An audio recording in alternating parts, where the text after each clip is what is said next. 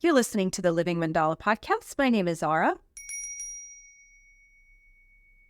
Okay, and this is the final session of the Planets and Living Mandala podcast series. I'm joined by Rachel Ruth Tate, and we're going to finish this series off with, we're going to put a bow on the series first and foremost. So we recorded this series in two parts. The opener through Jupiter was in one session, and then Saturn through Pluto and this closing episode have been in another session.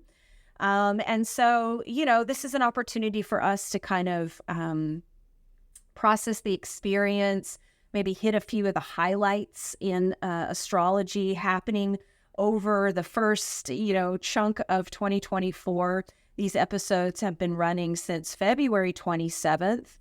And are ending now, in the heat of the summer. This will be airing in the summer. So it's a completely different season from when we're recording. There's a lot of interesting astro data that's coming down the pike that has already happened, that's going to be, coming down the pike the last part of this year. We have an election this year. It's a big year. And so it's going to be really wonderful to listen to all of these, to have listened to all of these as they come out, remembering the experiences that we had recording them, but also, making some connections to the larger astrological field and, what's been happening in that mandalic clock in the heavens, right? Mm-hmm. So at this airing, Pluto has been in Aquarius now since January 20th of 2024. So talk to us a little bit about that. So as we are listening to this episode in the future summer, we will be getting ready to have Pluto re-enter Capricorn for the very last time in any of our lifetimes, unless we get some really different technology between now and that time. And that is on September 2nd. So September 2nd, Pluto will come back into Capricorn, and on the 20th of November, no, not in time for the election, I'm sorry, Pluto is going to be in Capricorn, the sign of the establishment, the sign of tradition, and the sign of probably the flavors that we've had before. And even at this recording prior to that time, it's a pretty good guess that the people who will be nominated for this election have been nominated before and are part of the established power structure. Repeats. Afterwards, Pluto, that planet of disruption, and I say disruption, transformation is a better word, and alchemy and rebirth, it will be heading back into Aquarius later this year for the last time. So it will be in Aquarius for the next 20 years, just about until 2043. And that's going to be huge. I think there will be a lot of very powerful changes, and not even so much changes as touch points. Touch points is a better word. There will be events that happen that I think we are different before and after, the American election being one of them. But this will show up in all of our lives and in all of our charts, because we all have Capricorn and Aquarius somewhere in our charts. Both are ruled by the same planet. So it's the shifting of this sort of unknown, this power, this potential angst from one point of Saturn's rulership into another. So less existential angst about the establishment. We're coming to the end of that.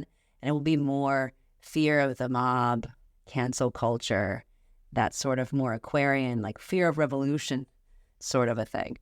Wow. Or the anticipation of revolution if you're a hopeless optimist.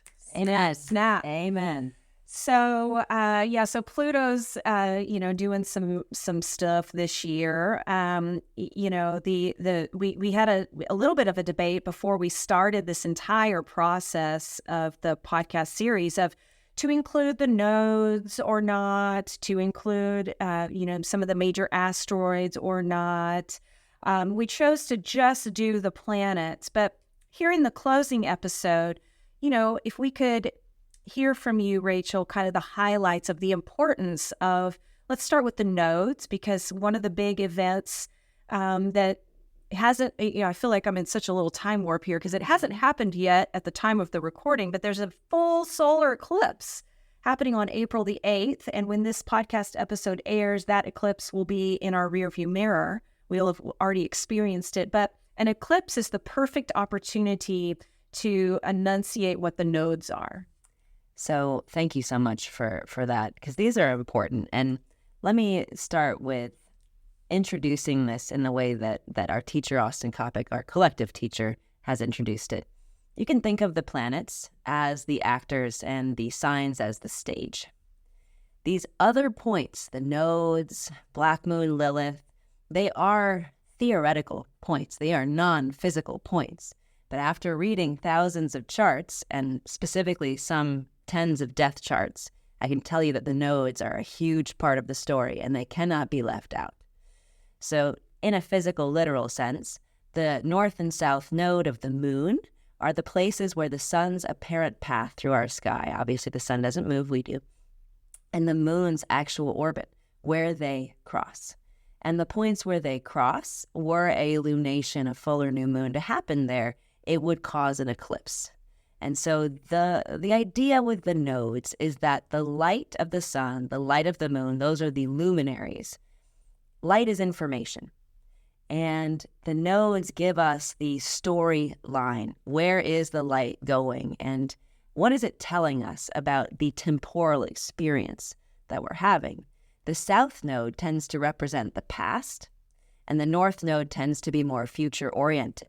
You can think of the south node almost like the repulsive end of a magnet, the north node more like the attractive, the north node like the head of the Ouroboros, the south node like the tail that's being eaten, right? We are hungry for the north node, and we are releasing through the south node.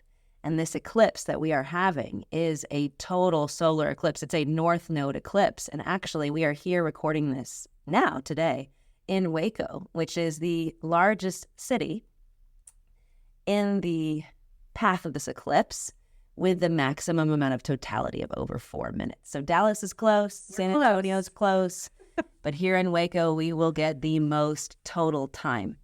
The idea with eclipses is that they are interruptions in our regularly scheduled programming. The sun typically comes up and goes down and is not completely blotted out in the sky. We don't have total darkness.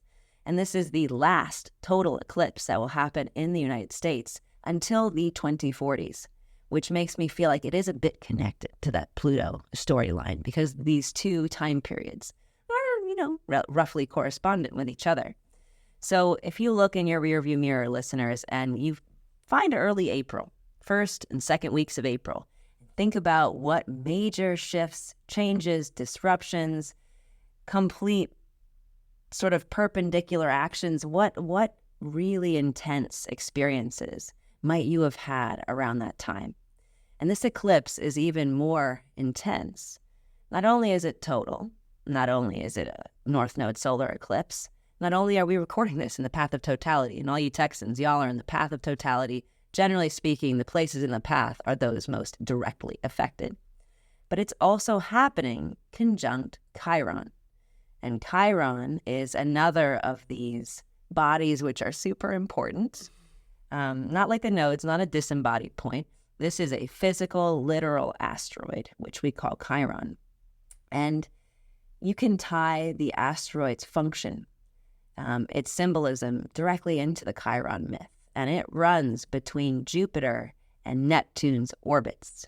And so it takes us from our current value set into the potential of our experience and the expansion of our awareness for our highest purpose and our greatest good. Chiron himself was a centaur who was unlike any other centaurs. He is the child of a titan and an earth nymph, neither of which are centaurs, right? He's born and he's unlike his kin. Essentially, the titans, well, dad left, dad's gone. We imprisoned the titans at some point in mythology. And mom, as an earth nymph, is like, well, I'm out. You're a strange centaur being, so she leaves. And Chiron is then an orphan. So this orphan Chiron is adopted by the gods of Artemis and Apollo. And he is taught the hunt and archery, very centaur thing, by Artemis, naturally. And he is educated in art, philosophy, music by Apollo. And he is the gentlest and the wisest of the centaurs, who knows when to use force and when to instead create and use beauty. And he is wrapped up in all of human mythology, like the Iliad, the Odyssey. He's pretty much the teacher of every important human hero, like Jason, like Hercules, like Achilles. He tutors all of these people who become great warriors and these mythological figures. And Chiron's story actually comes to an interesting end. He is immortal, right, being the child of a Titan. But he trades his immortality for Prometheus's life. Prometheus being the Titan whom was chained to the rock after giving humanity fire and made to suffer in perpetuity. Chiron, being fair-minded and peaceful, decides that the illumination of humankind is not a crime. And so he trades his immortality for Prometheus's life, and then is, of course, killed in later battle. But he is so beloved that he is immortalized, and also still sort of, there are cults of Chiron, let's put it this way. People still reference and tell the stories of this great figure, but he represents most directly the idea that the places in which we have been cast aside or orphaned are also the places in which we become great healers, in which we unite, right? That wound necessitates the healing, and Chiron represents this, the wisdom that comes with our loss of innocence. And that is, must be traded. You can't be wise if you don't know anything. And that's not necessarily always an easy process. It's usually painful. So earlier in life, Chiron in the chart can indicate pain points. Later in life are gifts of healing. And this eclipse falling right there on Chiron tells me there's going to be some intensity of sensation and experience. I'm nervous and terrified and excited and exhilarated somehow at the same time. Because again, at the airing of this episode, that was months ago. But in this moment, it's like, oh my God. The other thing that dropped in while you were talking, first of all, beautiful rendition of Chiron. That's probably the most simplified and elegant sort of story that I've heard of Chiron. So thank you for that. But also during that season, the North Node and the eclipse, Mercury will be retrograde during that time as well. So, it's just like this extra sauce on top of our... and Jupiter, Saturn and Mars, so the two malefics, they only conjoin once every few years. And Mars takes 1.9 years to go around the zodiac. And they will be moving into a conjunction, and Mars will rule this eclipse as the eclipse is happening. Okay, so take a deep breath, everybody. It's going to be fine. It's already been fine. You're on the other side. You guys are all fine listening to this.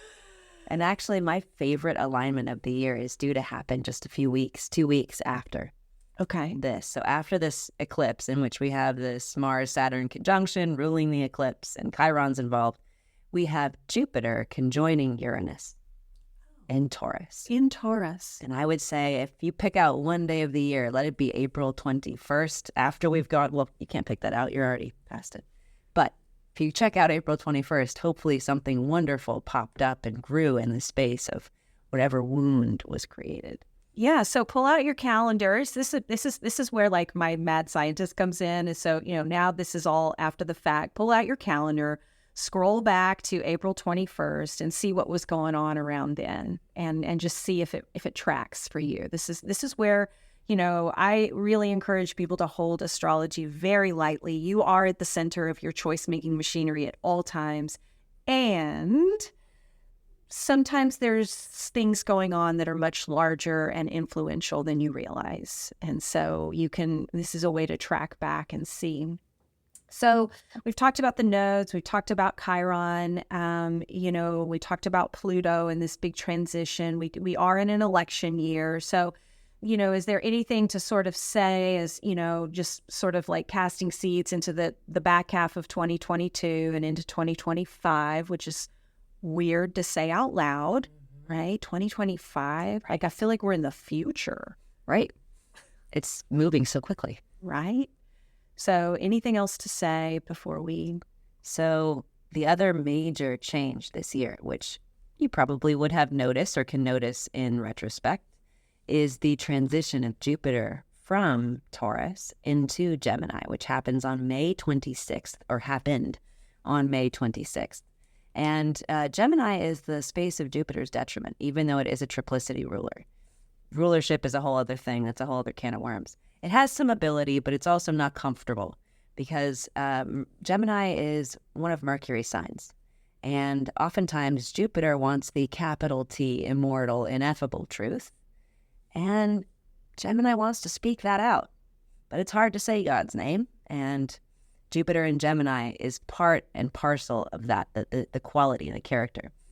And I feel like also it's going to speak to potentially growing divisions within our society, that polarity leading up to this election, because Jupiter spends about a year in every sign of the zodiac. So look back in that latter part of May and see if maybe there was a shift in terms of your focus or of where you've been receiving sort of gifts, what has been helpful, and where have you been experiencing high purpose. Cool. And so if folks want to contact you for a reading, I know we said this way back in one of the earlier episodes, but if anybody is interested in a reading with you, what would be the best way? What would we expect? So tell us how to get in touch with you and then kind of like how it goes, what to expect. So I am on every platform as Rachel Ruth Tate. I am at rachelruthtate.com, on Instagram as @RachelRuthTate, on TikTok as Rachel Ruth Tate, and on Facebook as Rachel Ruth. Easy to find. You can find me. If you find a Rachel Ruth Tate, I am the only one. And going to my website to book is ideal. If you have any questions or concerns, you can definitely send me a message on Instagram or on Facebook. I'm not always as amazing with that, so you can also contact me at rachel6137@gmail.com. Yes, that email is from a very, very long time ago. I won't give it up. Fair enough. Good for you. All right. Well, it's been a true joy to go through this process. It's been very helpful for me. It's been very helpful for building out this fairly elaborate chart of correspondences that I keep alluding to. It's an exciting project with me. I've been working also, and I've kept my cards pretty close, but I figure by the time this airs, maybe I'll be in some distant later stage of this project. I'm working on an oracle deck as well, and ideally collaborating with a very special collaborator, my daughter, on this oracle deck. And so the correspondences will make their way into this oracle deck that is very near and dear to my heart, a unified field theory deck. So anyway, more about that as time goes on, and maybe I'll be at a different phase of that project, but I feel comfortable, I think, at this time saying it out loud due to when this is going to air. Right? Yes. Also accountability is one of my superpowers, as I've often said to people who are close to me. Superpower is one of my accountability, that I love to create systems of accountability for myself to complete things and to keep things moving along. So this is also one way of doing that, saying it out loud. I have a witness. I have other witnesses now. And so may it be so. Yeah, very good. All right. Well, this has been a really fun journey here with the Living Mandala of the Planets podcast series. It's going to live on the website sort of in perpetuity. So, if you enjoyed it, feel free to come back and have a re-listen, go through another tour of the planets. It's very helpful in, understanding your natal chart to hear this stuff again and again and again and again. You can't hear it enough, and hear it a different way and hear it another way, and then read a book on it, and then tune into Rachel's astrology roadshow on the daily there on all of her platforms, and you can become very fluent in these planets. They are a big cast of characters in the mandala in the sky. And, the sun and the moon, as I like to say, are very easy to see. You can feel the heat, you can feel the pull in the waters of the earth, but the other planets also have their influences and impacts, and their gravitational or other mysterious forces that they sort of emanate and influence. And we're in a dynamic relationship with all of reality anyway. So thank you for your touring of the upper mandala with us. You're listening to the Living Mandala podcast.